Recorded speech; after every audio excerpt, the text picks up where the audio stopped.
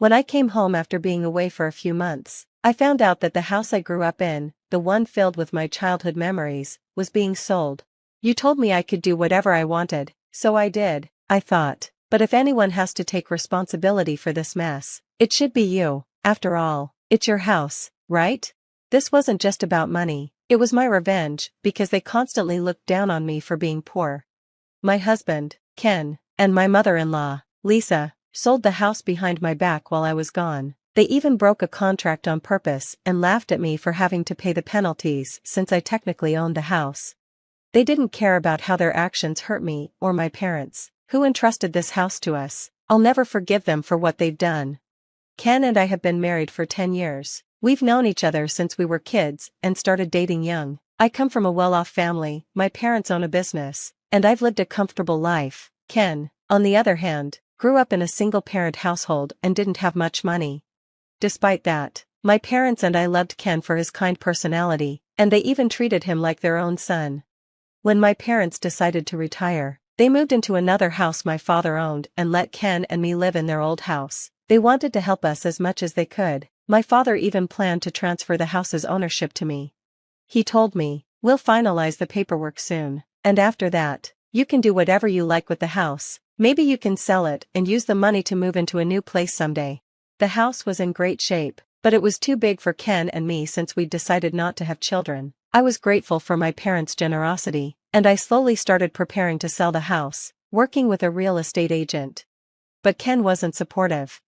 "Ken, I told you to fill out this form. I need to submit it today," I reminded him. "Just do it yourself. You're always nagging me. It's not a big deal," he snapped. I couldn't help but think, where did the kind and thoughtful Ken I married go? Since we got married, Ken had become lazier, leaving me to handle everything. He even made me fill out important documents for him, and if I refused, it would cause problems. So, to keep the peace, I always gave in and did it myself. Maybe he kept treating me this way because I let him. We had decided to sell the house and had even picked a new one to move into, but as I dealt with Ken's growing laziness and disrespect, I started to wonder if staying married to him was the right choice. One day, I got a call saying my parents had been in a serious car accident. I rushed to the hospital to see them. Thankfully, they survived, but their injuries were severe. The doctors said they'd need about 6 months to recover, and someone would have to take care of them for at least 3 months. I'll ask Ken, I thought. I also decided to talk to my workplace about adjusting my schedule. "I'll be there to take care of you both," I promised my parents. When I asked my husband, Ken, if I could stay with my parents for an extended period to help them, he easily agreed. "It's okay, it's your thing," he said, but the way he said it felt indifferent, like he didn't care about my parents at all. Still, with his permission, I was free to focus on supporting them. But then another worry popped into my mind. Could Ken take care of himself while I was gone? He's completely hopeless when it comes to house chores. He might manage to feed himself, but washing clothes or remembering to take out the trash, forget it. I didn't want to come back to a house that looked like a garbage dump, so I decided to ask my mother-in-law, Lisa, for help. "Please take care of Ken while I'm gone," I said. "Feel free to use the house however you like." Lisa replied with a smile, but her words were sharp. "Oh dear, you're going through so much, Mary, but don't your parents have enough money to hire someone to help them? Or do you just miss them too much?" She continued, "Don't worry about Ken. I'll take good care of my son. Stay as long as you want." Lisa adores Ken and probably sees me as the woman who stole her son from her. Her sarcastic remarks made me uncomfortable, but I had no choice but to rely on her. I thanked her politely, swallowing my frustration. I packed only what I needed and rushed to my parents' home to take care of them. The days were so busy that 3 months passed in the blink of an eye. I barely stayed in touch with Ken during that time, but it was all worth it because my parents were recovering well. When things finally settled down, I was ready to return home. I got in the car and drove back, excited to be home again, but when I arrived, I couldn't believe my eyes. A for sale sign was posted in front of the house, and the real estate agency listed on the sign was one I didn't recognize.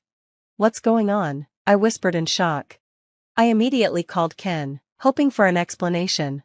On the other end of the line, Ken chuckled as if mocking me. "I sold the house and moved back to my parents' place. I did everything for you while you were gone. he said casually. I couldn't make sense of what he was saying, so I drove straight to my in-laws' house, which was just a few minutes away. When I arrived, I was stunned to see my personal belongings piled up outside by the door. As I stood there confused, a contractor came up, grabbed the pile of my belongings, and loaded them into a truck. Ken and Lisa were standing nearby, smiling and counting money they'd received from the contractor. They looked different, dressed in fancy clothes, and driving a luxury car. "What's going on?" I demanded, my voice shaking. Lisa smirked and said, "I got rid of all your useless junk from that house. You grew up spoiled, so it's no surprise you don't know how to take care of your things." Then, with a cruel smile, she added, "You're such an unfit wife, leaving your husband alone for months just to take care of your parents. I told Ken he should divorce someone like you." Her words hit me like a slap.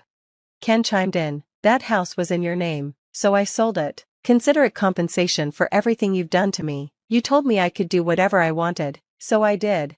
Lisa showed me the paperwork for the sale, grinning smugly as she explained. The contract was dated about a month ago, even though the house was already supposed to be listed with another real estate agency. "You can't do this without my permission. That's my house. Any sale without my signature is invalid, and now you've breached the contract. We'll have to pay compensation," I yelled, panicking. Lisa shrugged and said, "Not my problem. If there's a penalty to pay, that's on you. It's your house, after all."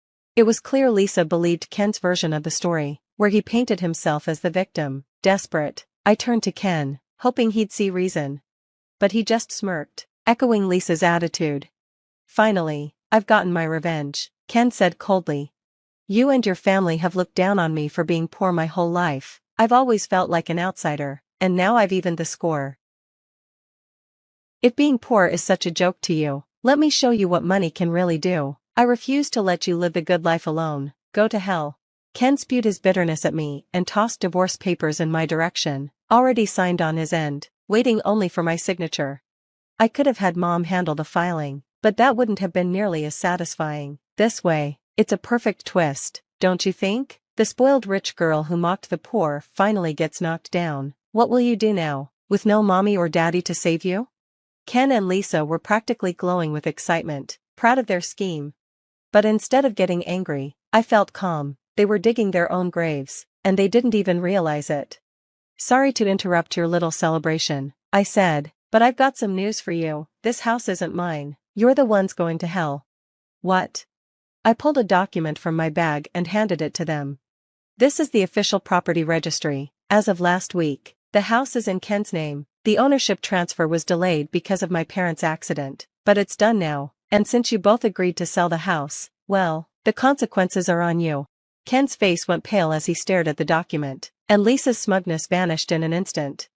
"You don't remember, Ken, but I even double-checked with you to make sure it was okay. My parents trusted you and Lisa. They wanted to show their appreciation for all you've done by giving you the house. They believed you would take care of me, but instead, you betrayed their trust and disrespected their generosity." Both of them froze, trembling as the reality of what they had done sank in. This isn't just about the house anymore. It's a legal nightmare. Both real estate agencies will be involved in this mess. I'll reach out to the agency I originally signed with, and you can deal with the one you worked with. I can't believe they even accepted your fake story." I took a deep breath and added, "This isn't about money, it's about character. You've shown me what it means to be truly poor in spirit." With that, I pulled out my phone and prepared to call the real estate agency. "Wait," Ken suddenly panicked. "This isn't what I wanted. I was just upset because you left me. Let's talk this through, as a married couple." "Oh, I know. Why don't we just buy back the house that's on the market now? You can call the old real estate agency and pretend none of this happened. You're rich, so you can do that, right? Please?" Ken, panicking, clung to me, desperately trying to fix things. This whole thing happened because of my mother. Lisa, furious at her son's sudden change in loyalty, snapped, "Hey, Ken, are you betraying me now? I did everything for you. How could you abandon your own mother to take her side? What kind of heartless son are you?"